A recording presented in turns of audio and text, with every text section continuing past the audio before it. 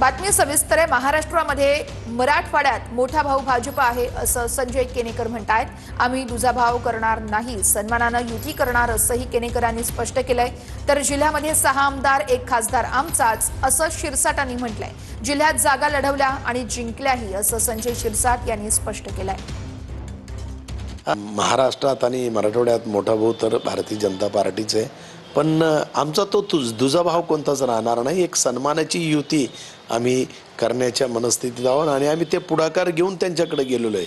आम्ही जरी मोठा भाऊ जरी असलो तरी आमचा एक स्वभाव आहे सहनशीलतेचा, भारतीय जनता पार्टीचा, आणि त्या पद्धतीने आम्ही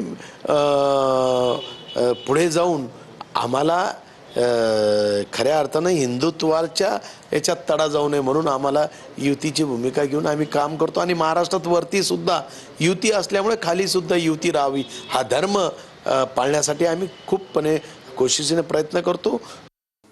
50चा लागतो, 60चा लागतो का 90चा लागतो, हा सगळा फॉर्म्युला बैठकीच नंतर ठरेल। आमची बैठक होऊ द्या, आज दुपारी 3 वाजता बैठक आहे। त्या बैठकीमध्ये निश्चित आम्ही आता काय फॉर्म्युला त्यांनी दिलाय आम्हाला, आम्ही काय फॉर्म्युला द्यायचं त्यांना, ती त्या बैठकीनंतर ठरेल। आता या जिल्ह्यामध्ये 6 आमदार आणि खासदार आमचे असून जर आमची ताकद कमी झाली असं त्यांना म्हणायचं असेल तर ठीक आहे, आता आम्ही काय बोलावं। आता आम्ही जागाच 6 लढल्या होत्या, 6 जिंकल्या। खासदारकीची 1 जागा होती, ती एकच होती, ती जिंकली, आणि तरी आमची ताकद जर कमी झाली असेल तर शक्यता नाकारते। छत्रपती संभाजीनगरमध्ये महायुतीची आज पुन्हा एकदा बैठक असेल।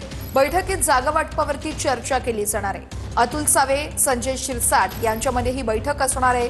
तर भाजपकडून छत्रपती संभाजीनगरमध्ये 50% जागांची मागणी केली जाते आहे। आणखी एका मंत्र्याचा राजीनामा होणार असं उद्धव ठाकरे म्हणालेले आहेत। उद्धव ठाकरेंनी उपमुख्यमंत्री एकनाथ शिंदे यांच्यावरती निशाणा साधलाय। एक मंत्री जायच्या मार्गावर आहे पण मुख्यमंत्री पांघरून घालतायत असं उद्धव ठाकरे म्हणाले। तर सातारा ड्रग्ज प्रकरणात शिंदेंवरील आरोप हे राजकीय असल्याचं वक्तव्य देवेंद्र फडणवीसांनी केलं। कालच एका मंत्र्याचा राजीनामा झालेला आहे, आणखी एक मंत्री जायच्या वाटेवर आहे, पण मुख्यमंत्री त्यांना पांघरून घालत आहेत, हे फार विचित्र वाटतं। ठीक आहे, राजकारणासाठी माणसं लागतात, पण ती माणसं कशी पाहिजे, गुंड सुद्धा चालतील, ड्रग्सचा व्यवहार करणारे सुद्धा चालत आहेत, आणि ज्यांचं नाव ड्रग्सच्या संपूर्ण कारखान्याशी जोडलं जाते ते कोण आहेत? मुख्यमंत्री बातमी आली की नाही, ठाण्याची व्यक्ती आहे। रिक्षावालाचा भाव, आता त्या भावाला सुद्धा वाचवण्याचा प्रयत्न होतोय। तर मी पोलीस विभागाचं अभिनंदन करतो की हा जो काही त्या ठिकाणी धंदा चालला होता तो पूर्णपणे त्याचा पर्दाफाश करून आणि त्याच्यावर मोठी कारवाई पोलिसांनी केली आहे। या संपूर्ण प्रकरणामध्ये जाणीवपूर्वक राजकीय दृष्ट्या कुठेतरी उपमुख्यमंत्री एकनाथराव शिंदेजींचं नाव आणण्याचा जो प्रयत्न चाललेला आहे तो चुकीचा आहे, तो निषेधार्ह आहे।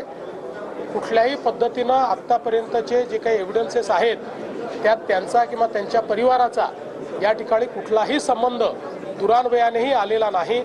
त्याच्यामुळे मला असं वाटतं की कुठेतरी दिशाभूल करून अशा पद्धतीनं बादरानं संबंध जोडायचा हे काही योग्य नाही आहे। या संदर्भात पूर्ण चौकशी आम्ही करतो।